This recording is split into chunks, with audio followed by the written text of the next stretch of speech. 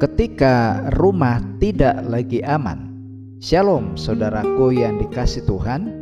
Rumah seharusnya menjadi tempat paling aman, tempat untuk pulang, bukan untuk terluka. Namun kenyataannya tidak semua rumah dipenuhi damai. Ada tangisan yang tidak terdengar dan luka yang disimpan begitu dalam. Ketika konflik dibiarkan, rumah bisa berubah menjadi tempat yang menakutkan. Hari ini kita diingatkan, rumah kehilangan damainya bukan karena masalah besar saudara, tetapi karena luka kecil yang dibiarkan tertinggal. Mari kita baca Kejadian 27 ayat 41 sampai 45. Esau menaruh dendam kepada Yakub karena berkat yang telah diberikan oleh ayahnya kepadanya. Lalu ia berkata kepada dirinya sendiri, hari-hari berkabung karena kematian ayahku itu tidak akan lama lagi. Pada waktu itulah Yakub adikku akan kubunuh. Ketika diberitahukan perkataan Esau, anak sulungnya itu kepada Ribka, maka disuruhnyalah memanggil Yakub anak bungsunya. Lalu berkata kepadanya, Esau kakakmu bermaksud membalas dendam membunuh engkau. Jadi sekarang anakku, dengarkanlah perkataanku.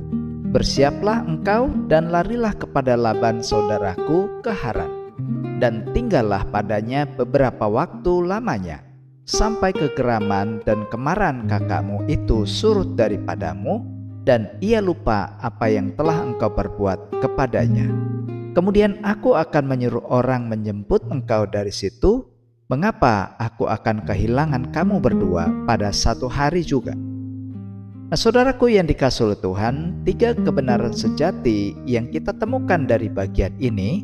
Yang pertama, konflik yang dibiarkan menghancurkan rasa aman. Ayat 41. Luka yang tidak diselesaikan dalam rumah tidak pernah benar-benar hilang saudara. Ia tinggal, diam, tetapi perlahan merusak dari dalam. Esau menyimpan sakit hatinya. Ia tidak meluapkan, tetapi ia memendamnya. Dan justru karena dipendam itulah luka itu berubah menjadi kebencian yang mematikan. Banyak rumah tidak hancur saudara karena pertengkaran yang besar, tetapi karena luka kecil yang terus disimpan. Jadi apa yang tidak diselesaikan di hari ini, itu akan menjadi bom waktu di kemudian hari.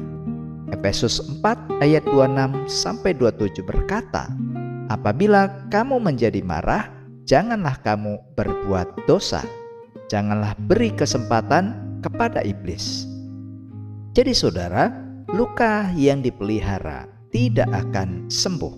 Ia akan berubah menjadi kehancuran. Dan yang kedua, kepekaan dapat menyelamatkan dari kehancuran di ayat 42 sampai 43. Kehancuran sering terjadi bukan karena masalahnya besar saudara, tetapi karena tidak ada yang cukup peduli untuk bertindak. Ribka peka terhadap situasi seperti itu. Ia melihat bahaya sebelum semuanya terlambat. Ia tidak menunda, tidak juga menutup mata, dan juga tidak mengabaikan. Kepekaan adalah bentuk kasih yang begitu nyata dalam rumah tangga. Berani melihat, berani peduli, dan berani bertindak. Nah, seringkali saudara, kita tahu ada yang salah dalam keluarga, tetapi kita lebih memilih diam karena tidak ingin repot dan tidak ingin ribut.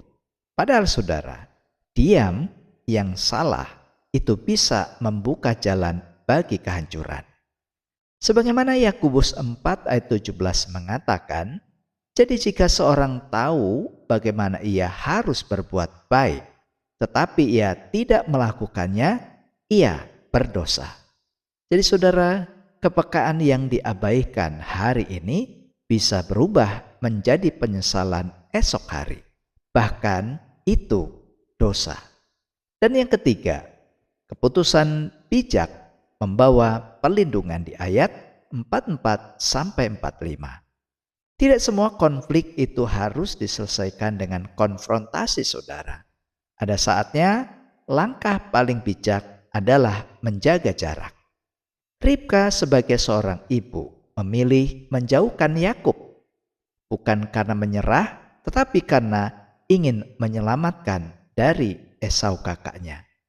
Kadang, saudara, Tuhan tidak langsung mengubah situasi, tetapi memberi hikmat untuk mengambil keputusan yang tepat.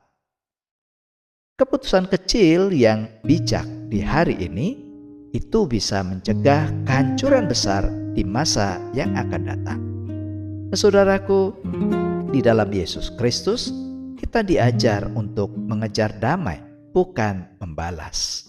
Sebagaimana Roma 12 ayat 18 berkata, sedapat-dapatnya hiduplah dalam perdamaian dengan semua orang. Bahkan di Amsal 15 ayat 1 juga berkata, jawaban yang lemah lembut meredakan kegeraman. Karena itu, saudara, mari kita belajar dari firman Tuhan ini bahwa keputusan yang benar di hari ini itu bisa menyelamatkan hidup esok hari dalam rumah tangga. Saudara, mungkin ada rumah yang terlihat baik-baik saja, tetapi sebenarnya penuh luka di dalam dan sedang tidak baik-baik saja. Hari ini Tuhan memanggil kita untuk bertindak, bukan menunggu, bukan menghindar, tetapi memulihkan. Puji Tuhan, melalui Yesus Kristus, saudara, kita dimampukan untuk mengampuni, memahami, dan juga menjadi pembawa damai. Pemulihan rumah itu dimulai dari hati yang diubahkan oleh Kristus. Karena itu, saudara, mari kita refleksikan renungan di hari ini.